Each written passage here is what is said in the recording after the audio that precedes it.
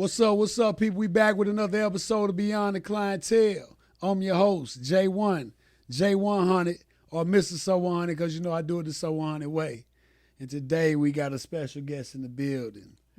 Yeah, we got the mother, the author, and the daughter of the late, great Thaddeus Matthews in the building, man. DomoniqueMatthews, how you doing, Miss Lady? I am doing great today. Yes. Thank you for having me. Yes, that's the first thing I want to do is say thank you for blessing me with your presence. Mm-hmm. It's an honor to be able to sit down with you and chop it up with you and get to know you beyond the clientele. Yes, get to know me. Yeah, for sure. First thing I want to do, Dominique, I want to get the business out the way. I want you to share with the people what it is you do, how you do it, and how they can do it with you, how they can get the book, how they can follow you. Anything business, I want you to give it to them. Definitely. Right. Well, the biggest thing is my new book. It is called You Can't Make This Up, Life of the Custom Pastor's Daughter. It is my love story and my truth to everyone, but it's also a love story as far as my father. Okay. So trying to keep the Matthews name going. It did not die when he left. This was the position he wanted to actually happen. I guess I was forced into it. Okay. But we're going to hold it down. But yeah, the book is now available. It is, you can get it like in your hand. I'm so nervous. Like, really? 'Cause it's going to be in people's hands this week. Okay. But you can actually get it and order it now. It is You Can't Make This Up, squarespace.com. You can get it delivered to you. I also have my book signing that is coming up November the 16th. Okay. It is cheaper if you pick it up at the book signing. But it is another way to actually meet me, get to know me, see beyond what you think people know on Facebook, because everybody think they know my story. Mm-hmm. So, I'm super excited. Like I'm a ball of energy, but nervousness all in one. So what's the website again? It is You Can't Make This Up, squarespace.com. Okay, squarespace.com. And I'm like my dad, so when you click on it, it's a face me. Yeah, so they'll know. My dad used to say I'm the baddest mug around here. That's exactly the same way. So you'll know. So you'll know you're at the right place. But okay. So what prompted you to come with this book? Did you think that was something they needed to know? Ooh, once you done heard your story out loud so many times incorrectly. Okay. It was just more of a point of, let me tell you what the truth is. Right. And when it came to my story, I wanted people to also know that my dad had a story as well. Mm. I'm only telling my story as far as what my dad was. He was not perfect, but he was human. Yeah. And I think people forgot the entertainment part when it came to, and people have their own perception of what our relationship was. Right. How you gonna tell me what my relationship was with my father? But so I give people a deep dive in what it was like to actually be somebody that was that controversial as his daughter. As his daughter, yeah. And I kind of give you the inside out, and it wasn't always pretty. I got a little. It was little pros when it came to it, but it was a lot of crap that came along with it. So I just kind of give you a deep dive, and it ain't, some people gonna be a little pissed off, but you shouldn't have messed with me. That's how I feel. Okay. Well, look, man, that's really exactly what I want to get into. I want to get into knowing you beyond the clientele. Mm-hmm. So, although you just became this, I'm gonna say, best-selling author before you even put the book out, baby. Right? Before then, you were also, like you say, the custom pastor's daughter. Mm-hmm. So you had a level of recognition and fame just tied to him.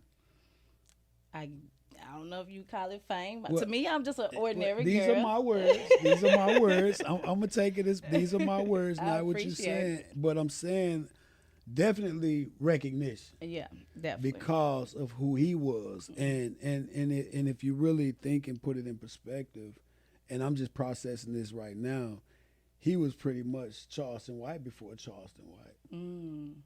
And I'm saying this. You're not saying kind of right. I'm just putting it all together because I'm sitting here with his daughter, and I'm sure you're about to let us know the other side. But when you look at, the controversy behind his name and the arguments and the call outs and he don't give a damn what he say, and that was way before Charleston White was thought of. You know what I'm saying? Yeah, it was. So he was definitely doing that. He was was poking the bear whenever it was way before Charleston White came. So I just can't really imagine, and I'm looking forward to getting into how it was to be the daughter of that man. Well, Axel White, I am a open book, as you can see. No questions really off limits. I mean, I just be want to set the record straight because I see a lot of I read the comments. Now I've gotten a whole lot better with not responding. Yeah. I just look at it, some of them I now have kind of gotten used to. And I do real well with now. My block game is like real super It's tight. on point. Yes, it's on tight. It ain't nothing to it. And, you lost your dad, I can lose a follower or two. It is what it is. So my sanity is that's key. That's the key right now. Yeah, I'm with you. Okay, well, we're gonna start off real simple, Domonique. Let's just start off with your family dynamic. Of course, we're speaking on you and your father, and before we got going, we spoke a little bit about your mom and her standards about how to go out and everything. But give me your family dynamic in your household. Did you have any siblings? Who all was there in the home while you were a child? So you learned that it also in my book. You learned that I actually did not grow up with my dad. Okay. So you get to go through this book actually starts. I'm sorry. It starts from the beginning. Okay. To all the way up to now. Okay, then. So you learn how I learned who my dad was. My mom and dad was married back in the 80s. And people learned that my dad was married about 9 times. Really? Now, my mom was up in the beginning. Now, she wasn't like 7, 8, 9. She was back up. She was back when you got the old one person. But, yeah, I came in like at the split end of their divorce. I was considered like the miracle child. Okay. But as far as on my dad's side, he has 3 kids. Okay. I'm the youngest of on both sides, my mom and my dad's side. Okay. But when it comes to just our dynamic was, you learn that in chapter 1 of how it just kind of came about, how I learned who he was, how it kind of came together. So just with you in your household, in the household as a child, it was you, your mom, and her, the siblings you had with her? Well, my mom remarried. Okay. And that's who I thought was daddy. Okay. That's who I thought was dad. With my mom, I have an older sister. And he had 3 kids as well. So these your step in the house, siblings. Yeah, I had stepsisters and brothers. Okay. And so when it came down to everything, I just knew he was there. I just knew the family. Never questioned why everybody's name was different in the house. Never questioned the last names until I actually found my birth certificate. Okay, so you're the only Matthews in the house. Only Matthews was in the house. Okay. Never thought anything of it.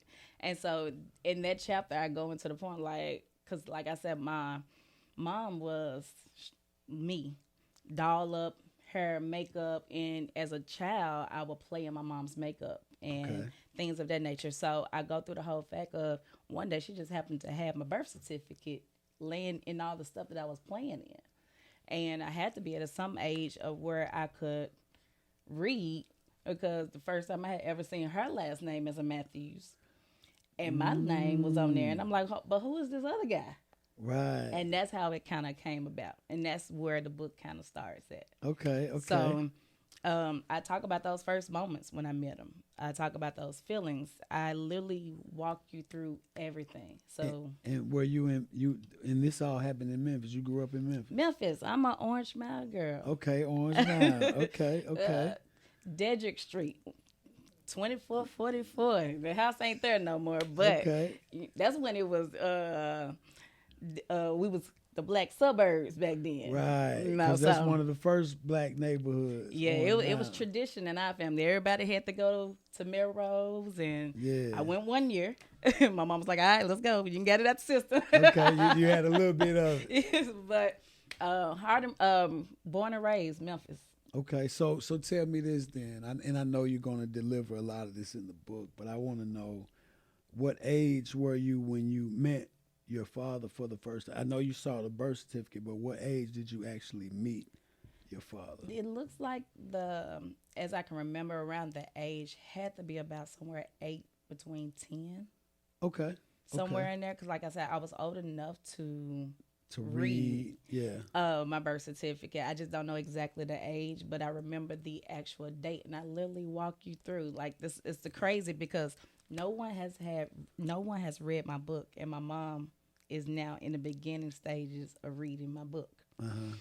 And the crazy part is, my mom was like, I remember this. I didn't remember those. Like, it's just like it's coming back to it's me. All, yeah, it's and like you reliving the story. It's so scary, because I know I made sure that I didn't disappoint when it came to my mom. I did tell those true feelings, but she was just like, she's literally picturing it. And so my mom is the only person right now who is reading my book. It hasn't got in anybody's hand yet. And everybody who is close to me, I was like, I want you to read the chapter. Just read the chapter. They were like, nope, want to wait till the book come out. So I am a ball of energy that everybody's for to meet this. Oh my goodness. So they gotta be a hell of a feeling though to finally be able to get your story out.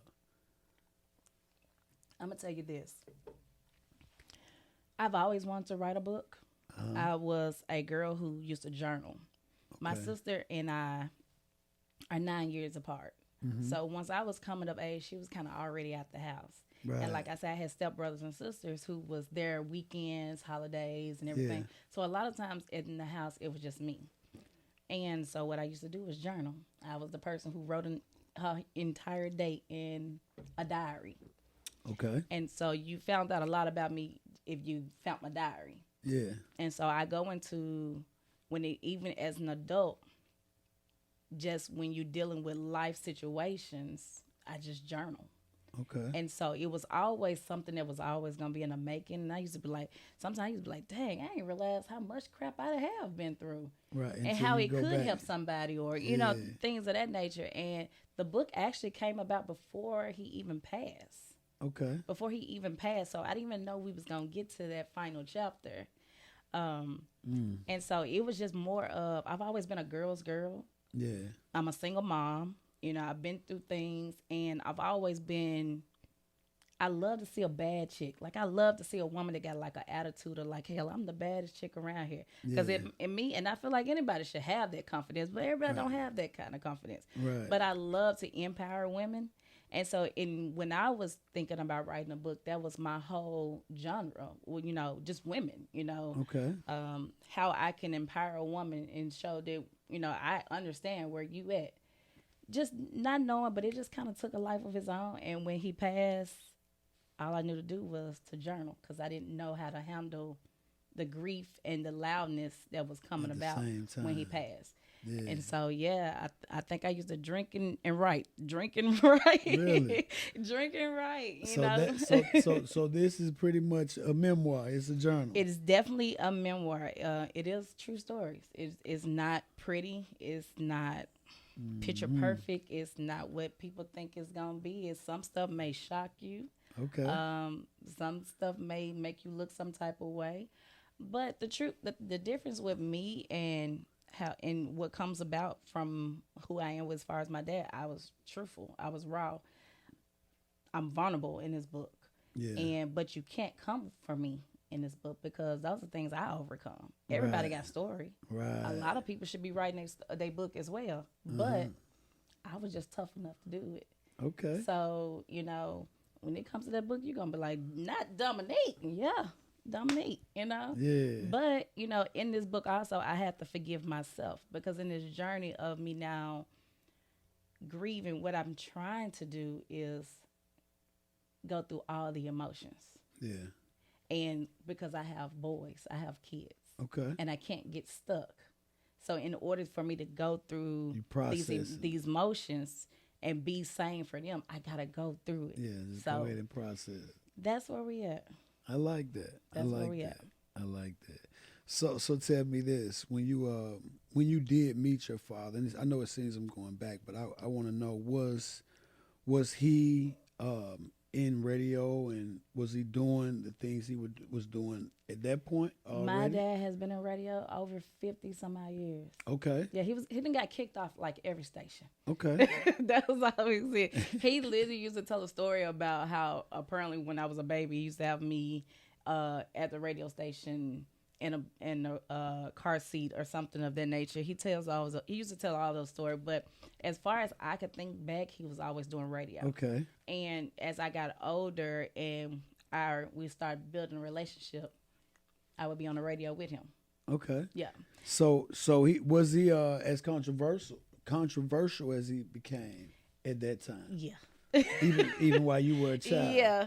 And you gotta think this was before social media and everything of that nature. He was always still a real pioneer. That's why he was getting kicked off. Yeah. He was getting kicked off. He was still that same. It probably wasn't as raw. Yeah, he got raw as it went on. But as he got older, and the ratings was like, oh yeah, he was a mug. And some people felt this wrath when they came from me and different things. So yeah, he's always been a motherfucker. Yeah, he was a motherfucker. That's my word I describe. Yeah. Definitely. Okay. So tell me this, Dominique. How much of I heard you say a minute ago that you're your father's child as far as being raw and uncut and open, and straightforward. But besides that, how much is that you when it comes to your father? How much are you like him in that aspect? I don't know how much it will, because mine is not. Yeah, I'm a little bit of. See, my mom. If you had to describe my parents, you had to describe like, how you got the angel on one side and you got like the devil on the other side. So, my mom is the one. I'ma pray for you. My mama, I'ma pray for you. I'ma let God handle it. My daddy is, I'm gonna get your ass right now. Yeah. I'm gonna get you where you act up at. And it just kind of depends where we at on situations, because like I said, it has to come out. So you're the balance. I think I'm very balanced. My dad used to say, I have two daughters and one is a hothead, and I think I done calmed down. My sister would say, when he would put something up like that, my sister would say, "Who you think he talking about?" Like, well, I'm the one that's crazy. I guess that's the one, because I was always put in positions where I had to. Okay. I'm a protector. That's what it is. I'm a Virgo. We love hard, and we want the best, but when it comes down to it, like, we loyal. So you can talk. Yeah, I can talk about him. Okay. You can't. You know what I'm saying? So you just be like, hold on, check yourself. Right. So yeah, I was a little more of the firecracker. I'm calming down as I'm trying to. So I'm learning. That's how evolving. Yeah. That's what life is about. Constantly evolving. Yeah. Well, let's get into this then. Let's segue into what I like to call impact by decade. You've already shared a couple moments, like finding out why you're Matthews and everyone else in the house has a different name, and meeting your father, and you said you was around 10. So we're going to pick up from 10 to 20. Mm-hmm. I want you to share an impactful moment that molded you and stuck with you and molded you into the woman you are today.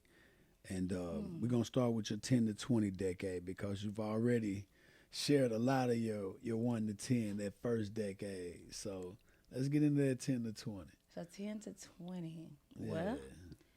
Well, I guess we would start at, I was a teen mom. Okay. I had my oldest. I have two boys, and they're 15 years apart. Okay. So my 20-year-old, who is a junior in college, he plays football. I know I look too young for a junior in college. Yeah, I you know. got me with that one. You're You right. got me with that one. I feel you. Yeah, That's you how I got me feel with every day that. I talk to him. Like, I'm too young. But no, I Yeah. had him at 16. Okay. And so that would be my hugest moment. But Yeah. from 16 to 20, I was diagnosed with cervical cancer a little bit after him. And I went into remission with my cancer. And then right now, a little bit after, I have lupus. So Okay. that's still a battle every other day for the most part. So that's 10 to 20. Wow. So I first of all salute to you. I was a 16-year-old father too. So See? I walked into parenthood at 16 You too. had to So grow up. It was like, yeah, hey. that's a tough age to become a parent. And although it's something that happens younger than that, but 16 is a tough age. So, Yeah. So and then I was a father. You became a mother. That's Yeah, two it different was aspects. you was grown. That's Yeah, how you they made it. grown. Yeah, Yeah, you you definitely grown. was grown Yeah, now. literally. Um. So you said you had your first child at 16. Of course, that made you have to grow up, jump into you physically jumping into adulthood, but mentally you got a long way to go because you're a teenager and you didn't intend on this happening, and you got so much more life that you should be living than trying to be a parent right now. But of course, we had to do it. So right after having him, you find out you have cervical cancer. So you're still a teenager at this time. Yes. Okay. What did that do for you mentally? Like, what did that do to you? Well, I had mom that was there, so I don't think and the crazy part is the cancer didn't hit me as hard as the lupus did. Oh, it all came around the same time? It was literally like it mimicked each other. Wow. And at that time, lupus was never heard of. I was sitting home with a pamphlet, and it was what it was. With cervical cancer, it kind of came about like they was looking for me, and I talk about that. But also I was going through at one point of being homeless as well. So I talk about my struggles, and this is all in one gap, and it's called that chapter is put your big girl panties on. Okay. And I had to grow up, and I had to face life dead end. Yeah, as a mother Right. and with these health conditions. Trying to be a mother. I was graduating high school. I talk about, just where I was and where I felt like I wasn't getting what I was when it came, my parents, dad was here, back and forth, out of here, mom was dealing with her own thing. Right. And I talk about those feelings. Yeah. And so, 16, by 17, I was homeless. I was living in a hotel. And then, I talk about my 18th birthday, how it was my gift to myself when I got my first apartment.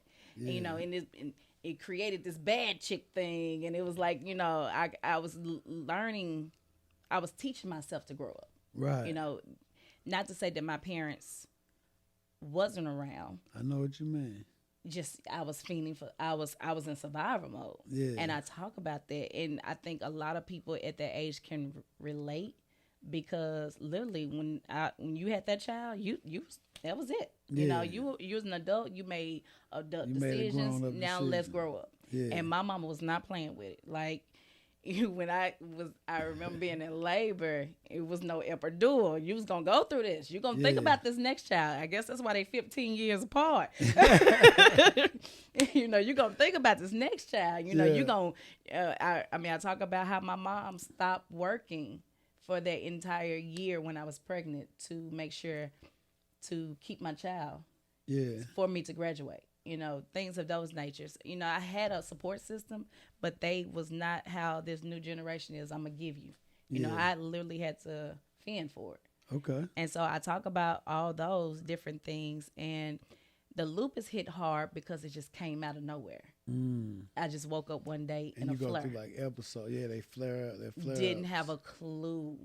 Wow. Had no clue, and didn't know that the doctor had already tested me for this. Had already tested me positive, hadn't told me anything. hadn't told me anything. Apparently, a regular checkup hadn't told me anything. And I wake up one day in a flare. And I wake up and I have these butterfly rashes. And my body is aching. And my mouth is aching. And I go through the whole process. And at this point, I had just got knocked off. I had just made it to the age limit of where I was knocked off my mom's insurance. Wow. And I described being, you know, in a dentist's office crying. And a lady has to pray for me because I'm in so much pain and I don't understand what's going on with my body. And so I go through those effects of everything. And that's, you know, we right at 20. You ain't even hit 20 yet. I'm right at 20, you know, so the lupus hit me a whole lot harder, and it was a battle because I didn't know how to live with it. And the crazy part is doctors didn't know how to treat it. Yeah. So you was just giving, you was being a guinea pig. You know, every time you went to the doctor, you giving blood, but you don't know what you're giving blood for. Just so they can play with it and test it and see what's going on. Yeah, you just getting pain pills. You don't know why your body is doing this. You don't know why your moods is this. And what it brought out of me was more of an entrepreneurship because I couldn't tell you how I was going to wake up every morning. Right. I didn't know what my face was going to look like. I didn't know, you know, if I could get out, you know, and my mood swings. And I still battle with that now with sometimes because, which I've grew to get it a little more under control than I am now. But back then, if I was stressed, you could see it. Okay. So how everybody's stress comes out of them, you know, you may just look tired, but my eyes is going to show. My face is going to swell. My lips are going to swell. You know, my body's going to ache. You know, all my emotions came out. I couldn't be too cold. I can't be too hot. Yeah. You know, can't be too upset. You know, I can't get too rowdy. You know, so and it also plays off your moods. Yeah, and so that's how the flare up will come about. Yeah, anything could send me into the flare, and sometimes I'd be like, I'm fine. Where's the flare coming from? Your body was reacting. Yes. Yeah. And it was difficult because still I had to be mama. Right. And then I'm trying to go to school and I'm trying to work and I'm trying to do so many different things. So I became a career student. What you mean by that? When I say a career student, because none of my degrees make any sense to anything.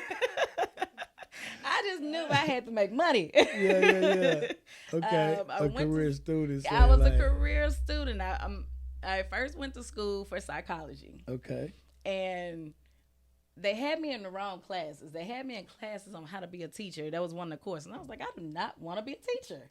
So I ended up not being psychology, but I was really into like the first 48 around that time. So I went into criminal justice. Yeah. Man, like I said, I talk about how I was just a kid and I was just trying to find myself. Right. And I became criminal justice for so long. I got so far into criminal justice and started working at a dentist's office. I was like, I think I want to be a dentist. But I got too far. Yeah. So let me go and finish my criminal justice. I got my bachelor's in criminal justice and went like straight into dental. Yeah. So my dad was like, at this point in time, when I went to dental school, I talk about how me and my dad, back in the day, my dad was my drinking buddy. Yeah. You know, you remember the old Blue, Tony's Bar and Grill. I remember Tony's. Yeah. See, that was my first job.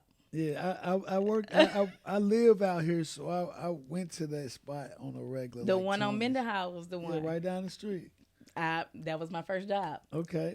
So I talk about how my dad was my drinking buddy, but one night we was drinking, and I'm like, Dad, I want to go to dental school, but it's gonna require me to be at school like all day, and how I'm gonna pay my bills. Mm-hmm. We so drunk. I mean, we just hanging. Daddy, if you take this shot or something, I bet you pay my rent the entire time while I'm in dental school. He had to be stupid drunk. You know, drank that boy into. I had a picture of us like pinky promises so we could know. Like, I need you to know you're not reneging on it. And this is back when like my rent was like $400, so it wasn't even nothing. Yeah. But I mean, I was about to get evicted like every month with him. Like, Daddy, pay the rent. I tell him I'm coming. I'm about to get evicted like every month. But while I was in dental school, the entire time I was in dental school, he paid my rent, and I went to school and I became a registered dental assistant. Okay. Now that's the crazy part. Now it sounds good. Sound good because you got a bachelor's in criminal justice and now you registered Sounds dental good. assistant. But I was going Sound like you ready to roll. It sounds you good to go. But see, mind you, because my dad was going through a phase, because he wasn't there when I was a kid, I was being spoiled as an adult. Okay. And so I remember going to get my first dental job, and I ended up with this guy who was like crazy. I didn't know that he was blackballed from the school. That's how crazy he was. Okay. And I'm at work, and I'm like, oh, heck no. I can't deal with this. Like, the guy was like Army type, crazy. He was rude, and I just wasn't doing it. I think I went in the bathroom and was like, Dad, I can't take this. Like, I'm about this is the job you have. This is the job. Now, I done went to all this schooling. He done paid for the rent. I done graduated. And this your first dental job? First dental job. And he was, well, goddamn it, well, just quit. Well, my dad told me I can quit. Right. So he done gave you a cushion where you like, shit, fuck this shit, I'm gone. I quit the job and never did anything else in dental. Nothing else. That just showed the spoiledness that I was kind of going into. Yeah. Because still I was a kid. Like I said, I was still a kid, but I'm still just navigating. And I started becoming like an entrepreneur, and I would have business, and every business I would have, my dad would advertise the business, or he'll bought me a sweet. I was epitome of becoming. I was a real daddy's girl. My daddy can tell me. It was what it was, and so I talk about being a daddy's girl. And I feel like every girl should be a daddy's girl. I got mine at a late start, but I enjoyed being a daddy's girl, and I didn't realize the protection that I think I had until he was gone. Really? Till he was gone. That's tough. So yeah, it's great chapters, and it's a page turner. It really is. So I'm super excited. Okay, we're gonna get into it too. We're gonna get into that. I have to go open it up. I'm gonna just randomly open and read something. You got to tell me. You got to. You let me know. Okay. So we merging on into your 20 to 30 decade. Mm-hmm. It sounds like you probably just shared a lot of that with the schooling. No, well, that was still 20. 20 is your finding out years and trial hustling. And error. Yeah, it's trial and error. And you start pushing 30, it's like, all right. But I'm saying all in that window, that 20 to 30 window, is that yeah, criminal justice, that's dental assistant, schooling, figuring it out, just trying to get starting a job, quitting the dental job, trying to figure out where it was. But when you get a little further, I learned my purpose. I learned my niche. Yeah. When you come from a girl that's been struggling. Mm-hmm. And why I say struggling is because I grew up in a household where my mom was the breadwinner. Even though my dad was around, my stepdad at that time was around, my mom was the breadwinner. Okay. And it was a lot of things that I learned until I was older that was situations that is the reason why I act like I do in certain relationships. I get it. I talk about, being evicted. I talk about as a kid coming home and seeing all my stuff out. I talk about those different things. And so those struggles get you to a point where you don't want to be poor. You don't want to have to go through that. Right. And especially when you have a kid, you don't want your kid to go through it. No, not at all. And so I got in finance. Mm-hmm. I used to tell people what better game to be in the money game. That's the money game. When you start understanding money, things change. Things different. And so I started working at a bank and just started learning things. That was my first real job, as you can say. Yeah. Benefits. It was what it was. And I started learning a lot of things, and I started meeting new people. Mm-hmm. And I got into insurance. Okay. And I'm competitive. Life insurance, you're talking Life insurance. I got into being competitive. And when I was in the life insurance game, only people that was big was the guys. I was like, no, no. And so I She my said, whole let me goal, get some of that money. yeah, Let me get some of that I bread. became one of the top girls. I became what the guys used to say was the money, and why I say it was the money because I had started learning of different situations that was going on around me that I had no clue that was going on because they was like, we didn't touch the money. Yeah. Like if you was the girl that was making it, and so I got into that game and eventually went up to the top game where I had my own agency. Okay. And I was doing great. I was doing good. Like had my own office downtown and everything of that nature. And this is before 30. No, this is 30. Or Oh, you this is right at 30. Right at 30. And this is right at 30. This is right at 30. That's how I learned my niche to where I am now. Okay. And don't go no 40 because I ain't got that yet. All right. We ain't going to 40. I ain't got there yet. I'm pushing it, but I ain't got there. We ain't got there yet. I told him I'm still old enough to date the daddy and the son. So you right in their pocket. I'm right in the now. pocket. I can do daddy or the son. Yeah. That's what's up. So you find your niche and that's where you are now. You still in finance? I'm still in finance. Okay. But I did get out the game of being the entrepreneurship. Okay. Anybody who knows what being an entrepreneur, it's a hustle. That's a 24-hour. Man. That's a 24-hour. And at one point I had like 68 agents. And you got to think of trying to make a hustle out of 68 people. And at that time, my son was kind of self-sufficient. I can move and groove like I want to. Yeah. And then, COVID hit. And I had a pandemic baby. Oh, that's how you popped it up. That COVID made you stay in the house a little bit too long. That's where that age gap come in. Okay. That's where that age gap come in. The little 5-year-olds, them COVID babies is totally different. Yeah. So tell me that. How is that now? How is that becoming a mother? You say he's 5? He's 5. Okay, so you had him in 2020. Mm-hmm. 2020. Yeah. So tell me how is that Domonique as a mother compared to Domonique at that 16? It was different. It was totally different. Yeah. Because mind you, like my baby was 15. Yeah. Like 9th grade. Yeah, you almost and I'm done. like, what the You on your heck? way out. What? You on your way out. What do you do? Man, I was like, okay. Now, mind you, it had just been me and him. And I had never been a mother of multiple kids. And I'm like, okay, how am I going to love this one more than I love this one? Like, it was confusing. Like, I was super scared. And I was like, look, everybody got to stop. Like, me giving myself to everybody has had to stop. Yeah. I'm going to be a mom again.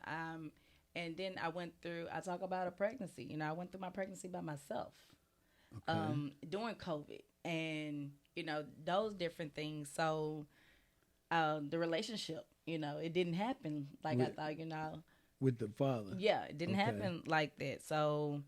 Ooh, that's a tough chapter right there. Because that a lot of women going to be, that can be a real teachable moment. It was a depressing moment because, you're thinking like at this age, am I now where I was when I was 16? That 16-year-old girl came out. Came back. So it was difficult because I was like, of course in life you're trying to do things the right way. Right. I was trying to wait. I was trying to wait till I was married and the things was, and I did think he was my husband. Yeah. But it didn't happen that way. But now I got this little love because I say he was literally made out of love. He was, and I don't know where I go from here. Right. And my business then got shut down because of COVID. Ooh. And now, but the hustle never stopped. Right. So when I say the hustle never stopped, when you do finance, there's so many areas. Yeah. And so I was the person during COVID that was helping you get a grant and a loan and this. And, I was nervous because at this point in time, I still want to just enjoy my pregnancy. So real quick, the hustle in me, and that's one thing that is my dad. My dad was a hustle. Yeah. I don't know if y'all remember. My daddy used to have what it was called, because before he was the cussing pastor, he was Thaddy Bear. He was like a lover. Yeah, like these old women love my daddy. Yeah. And I remember my dad used to have shirts that used to say like, well, damn, in Matthews voice. And I think the one that was most embarrassing was he used to have the Thaddy Bear thongs. Thaddy Bear thongs. Now you got to picture a thong, but in the thong where the crotch part was my daddy's face. Oh my Lord. The boy said the Thaddy Bear thong. And he used to hustle these shirts, and it became the Thaddy Bear thongs, and then my daddy was selling the tees. Yeah. Do you remember the tees or anything? Do you know of the tees? My daddy was selling like erectional tees. Tees. Nah. Like these old men, like he had them set up in stores. Yeah. Like people would find me on Facebook, inbox me and was like, hey, I'm trying to get in touch with daddy with them tees. Like, I need a tee. You old pervert, get out my daddy. Like, it was crazy. My daddy would hustle anything. So you got that from him. So for I sure. got the hustle for real from my dad. Like, if I'm the girl, as far as I'm gonna make some money, we're gonna figure out the money part. We're gonna figure the money part out. Yeah. So yeah, it was my daddy. That's the hustle. So during my pregnancy, all I did was I hustled. Found a way. I found a way. I was able to enjoy my pregnancy. My son, I think my son really enjoyed my pregnancy because I had a seafood fetish when I was pregnant. I didn't want no seafood, which was his favorite. So you had to afford that every day. Yeah. But other than that, but I was able to enjoy my pregnancy. I was able to sit down and just be mom for about a year. I stacked up and sat down and we was chilling. So it had its pros and its cons. I didn't have the typical both of us together, but That's cool. That's cool though. You still made it work. How's motherhood for you though now? At this point, I know you're in a different headspace. You've evolved into this woman, and now you have this bundle of joy. How did that go for you? How did it work out? It's fun because my kids get to have me one at a time. They fully have my attention. Okay, my son is a junior in college, so I'm football mom. I'm at all games, home games, training. I'm the biggest confidant. I'm his biggest fan. Yeah. But then I get to do the other stuff. And baby boy. And the funny part is the 20-year-old, he enjoyed too because, we still doing what's these little shows and what is it?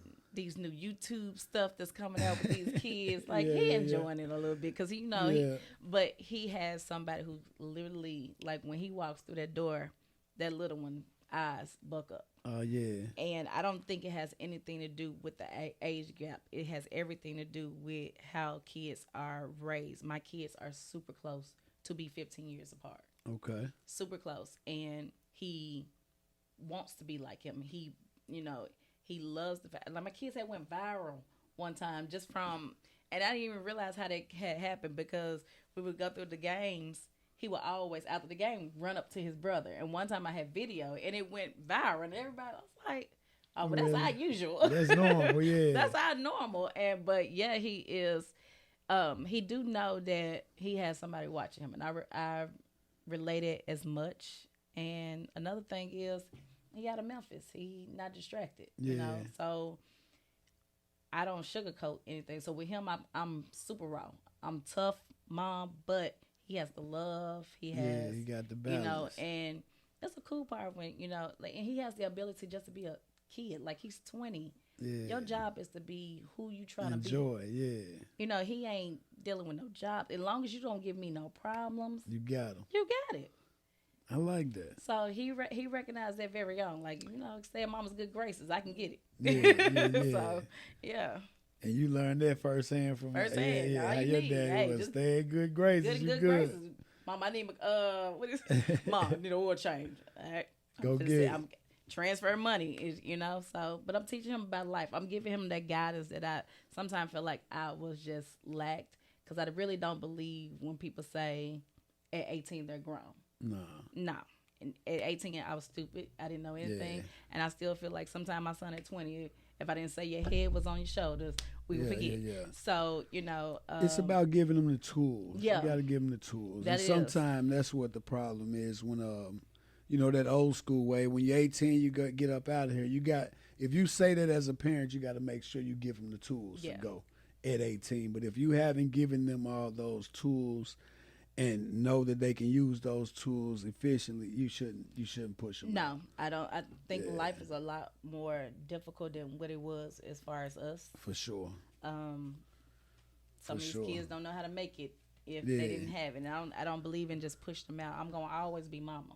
For sure. And he gonna always know that if anything happens in this world, I can call my mama. Yeah. And so it's not nothing you can't tell me, can't do. And then you got a young mama at that. So so you can relate. I can relate. And I be like, hey, babe. I feel the same way. I don't think I'm your friends. You know, you might want to check. I'm gonna tell you. Yeah. So I can relate to that. Being a young parent, it's like you're always in tune with what's going on. Mm-hmm. As to where when you have kids older, they get to growing up. You don't know what the hell they got going on.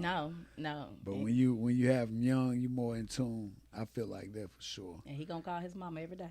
Yeah. And I ain't heard from where my child at now. For real. But so it's a great. I love being a boy mom. I say if I had a girl, I probably wouldn't like her. Oh, for real.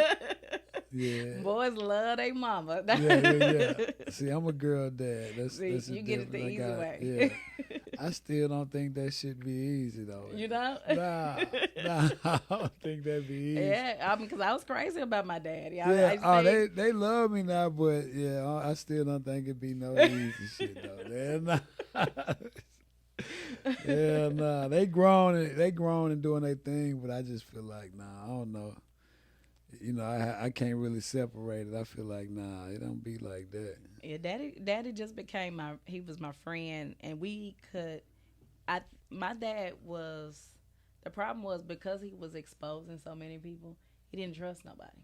Right. And so I can truly say that my daddy trusts me. Yeah. And so, and we had conversations that nobody would ever know. I seen a vulnerable side of him that probably no one ever seen. Yeah. And so I talk about certain things. That's what I wanted to do, was humanize him. Right. Because people just thought he was just this cold-hearted person. Yeah. And you got to remember, when he was trying to be the lovable Thaddeus Matthews, helping people bury and helping people who didn't have, and was solving cases, and the news was watching him to get coverage and everything, that didn't get much ratings. Right. But when he started cussing people out, then you tuned in. So in order to get some things done, he had to be that. I get it. And so just exactly the same narrative that Charleston White is behind to today. get some things done. Yeah, like you wasn't paying attention then. Yeah. Now I got your attention. Yep, my dad owned before he passed, he owned 10 plots. Yeah. And he gave away every last one of the plots and didn't keep not one for himself. Really? And I can remember times where, my dad had buried somebody, and then at the funeral, at the gravesite, they was trying to fight him because he paid for the funeral and he paid for the plot.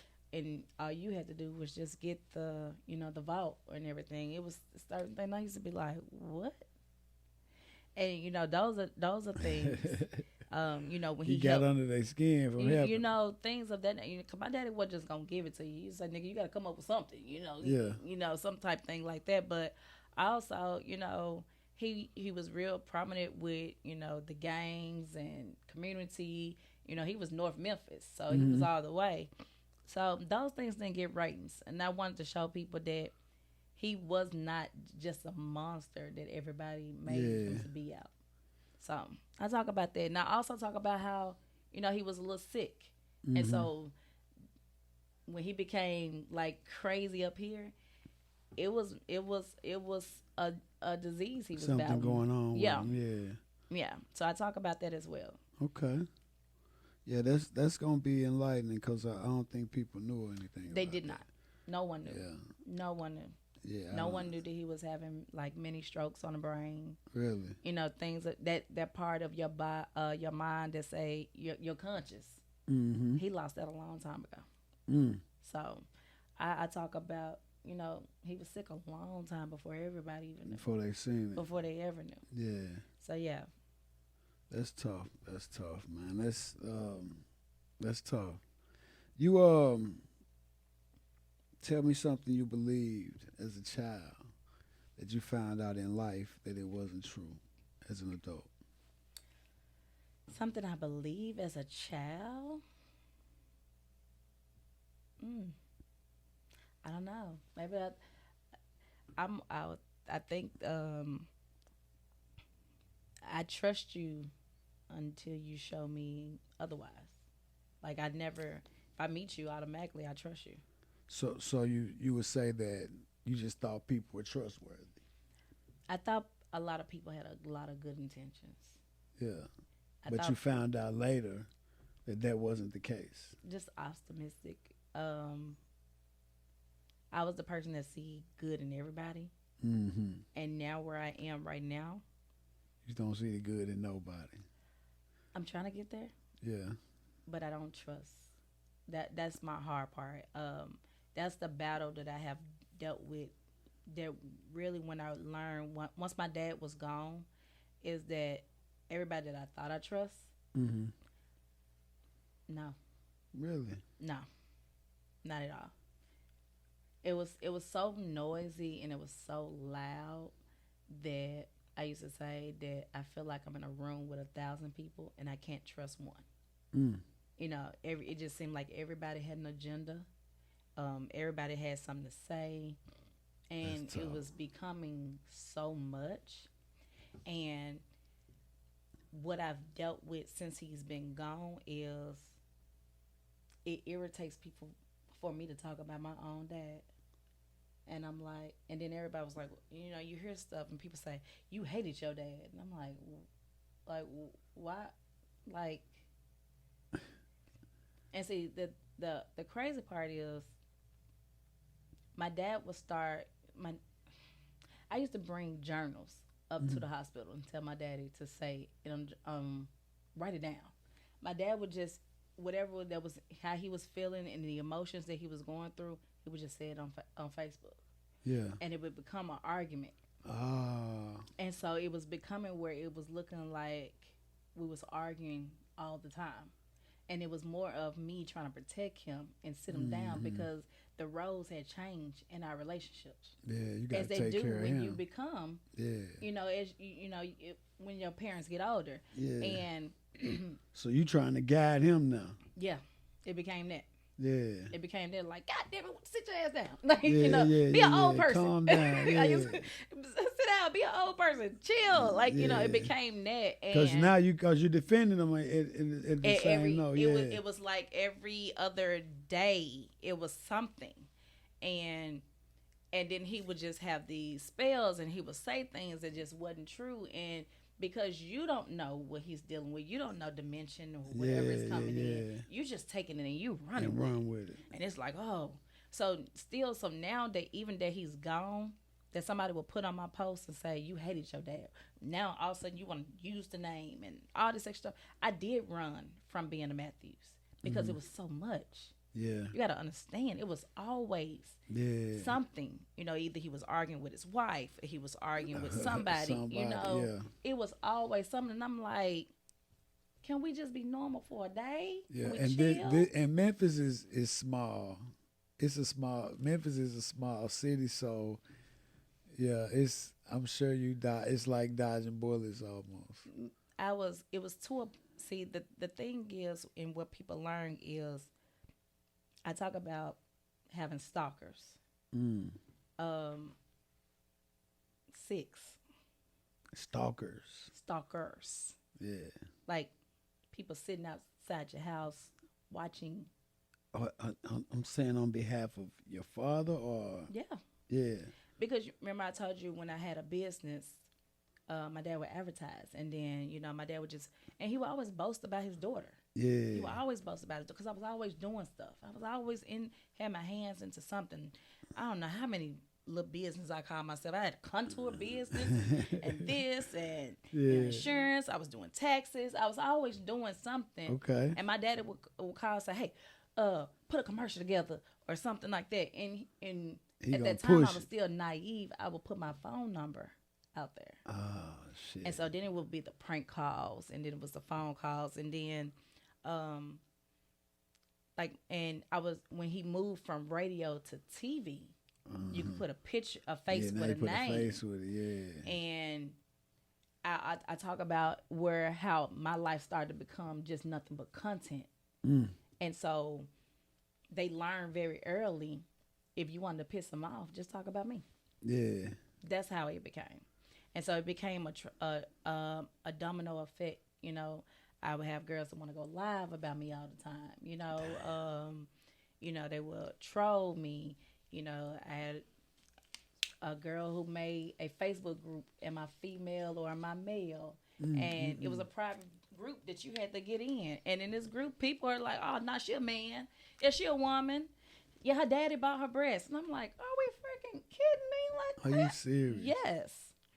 And, you know, and this is when social media is getting bigger and it's growing, you know. So you got to think about it. When you're getting trolled on social media, it feels like everybody is at you. You know, you know, and then it gets deeper, and it goes to the point where, you know, I become just like the punching bag on the show. You know, so guys are called. You know when they were calling to the show, and they want to check him the whole time, and he'll check back and all that stuff right here, and then they'll go to the point where, you know, that's why I fucked your daughter. Yeah. And that became a thing. And I'm like, the hell? Damn. I can't imagine that. And so you know, who want to date without that? Yeah. You know what I'm saying? So that leads to your relationship. It leads to my relationship. Yeah. You know, then is the question, is she like her dad? You know, all those things came about, you know. And so now they want, are you into the same things? Are you, you know, I wasn't a girl do you that have drama. Am I full of drama? Am my mouth like him? You know, did she go? You know, I hear people say, you know, "Oh yeah, I know," you know, and then it used to offend me when people would just introduce me as, "Oh, Thaddeus Matthews' daughter." Yeah, and I got a name. Got him. What the hell? Yeah. Like, I have a whole identity. And, you know, even with the book, you know, people's like, "Oh, she's trying to create her own identity." I have been a goddamn person for a long goddamn time. You know what I'm saying? Like, I have an identity. Yeah. You know what I'm saying? And what makes me so bad that I want to honor my father just like anybody else who lost their father. You know, so I've been going through those emotions. And people have to understand that like you said, this is a character to you, but he's your father. He was correct. Yeah. You know what I'm saying? And how is it irritating you that I talk about my dad? How does it irritate you? You know, how is it irritating you that I post a picture of us? Yeah, that's tough. And you know, I go through my phone and I look at the comments, and I imagine somebody having to deal with the fact of somebody celebrating his death. You know, and I get it. I say it all the time. My dad was a motherfucker. I say it all the time. But the worst my daddy ever did to anybody was hurt your feelings. Mm-hmm. That's the worst he ever did. He didn't kill nobody. He didn't do anything to nobody. He ain't physically ever harmed anybody. The most he's ever done is hurt your feelings. And a lot of times, the people that was giving him the information was somebody that was sitting right beside you. Right beside, yes. That's the only way he would know. So, you're so upset with him because, and a lot of times, it was a situation where you gave him the information. Mm-hmm. And then you reneged on the information. He's like, "Nah, I got it now. I got it now. I'm gone." Yeah. So you feel like it was a little overkill whenever it came to that? Overkill? It's still overkill because, you know, even though you want to keep his name alive, you still got people who want to say things. Mm-hmm. And it's just like, okay, he can't fight for himself no more. You know, that's done. Yeah. But hell, I didn't expose you. So do I not get any grace for it? You know, do I not get any grace as far as being a grieving daughter or anything is automatically, so it triggered all the way down, from people that I thought should understand me to you just feeling like, you know what, let's not say anything. Let's just go through this whole thing by yourself. You know what I'm saying? You start to write everything down. You start to, because the last 3 years was so crazy that I think even me, I forgot certain things. Really? I forgot, that old person, before it became where it was just rah, rah, rah. Yeah. My dad had did, when it really, really started to hit, my daddy was having like temper tantrums. It was like having a kid that when he didn't get his way, throw a fit. His power was his voice. His voice. Yeah. And everybody got it, including me. So that pastor that got exposed his own daughter. Yeah. And I was the closest thing to him. The closest. Yeah. And so people talk about, oh, you didn't talk to him for a whole year. I did. Right. I talk about that in the book. I talk about how, the whole situation led up, what happened, how, and even in that whole year of the time of me not talking to him, the one person that was set on the earth to protect me was the one who threw me out there. Yeah, but that's something that, out of respect, that's a daddy and daughter situation. No one sees it like that. Yeah. And at this point, but now that you say that though, if he put it out there, I had this thing where, once you put it out in the atmosphere, it's fair game to be spoke about. Yeah, and I agree. I get people can talk about whatever they want to talk about. Yeah, that was the whole point of the book, is because let me just set the record straight. Because for anybody to have the audacity, people say stuff in comments that they'll never say in your face. So that's where I had to get to a point, because I'm a girl that gets talked about but not confronted. Yeah. Because I ain't no punk. I get it. Don't let that hair, nails, or whatever fool you. I'm a straight orange mouth girl, and you can't come to me with the bull crap. Yeah. I'm not gonna take the bull crap. And I'm not a girl that's wanting to be in a clique either. I don't need to be everybody's friend. Right. So when you make comments that say something that you on social media, on social media, when you see me in public, just remember, I remember that comment 2 years back. You know what I'm saying? I ain't forget it. You know what I'm saying? So it's just like I'm just like, this social media game is getting out of control. It could be a curse, and it could be a great thing. Yeah, but definitely. My daddy used to always say, because I'll be like, man, you doing too much. They talking about me. You ain't got it yet. You built for this. That was his thing. You was built for this. You a Matthews. Telling you that. You a Matthews. You better toughen up. I'm like, he ain't studying. Long as they spell your name right. So now my memo is, hell, if you're going to talk about me, spell my name right. Hell. Yeah. Because it would piss me off. Like, you talked about me. You shared my page. My name is spelled correctly right there, but you still put 2 eyes in there. Like, goddamn, spell my name right if you're going to talk about me. Right. So my memo now is, to my haters, if you're going to talk about me, at least spell my name right. Yeah. So, you really can't come for me no more, So that's a lot of my growth. And, like so I said. He basically gave you some tough skin. You had to get tough. He made you deal with it. You built for this. You're Matthew. That shit still pissing you off? That shit still make you mad? Yeah. Hell yeah, I'm ready to fight. Right. But he telling you how to really get through it. Yeah, and so a lot of times when the noise is getting, I'm the only person right now that can protect me is me. Yeah. I can't call my dad like I used to. Right. So, I'm having to struggle with it.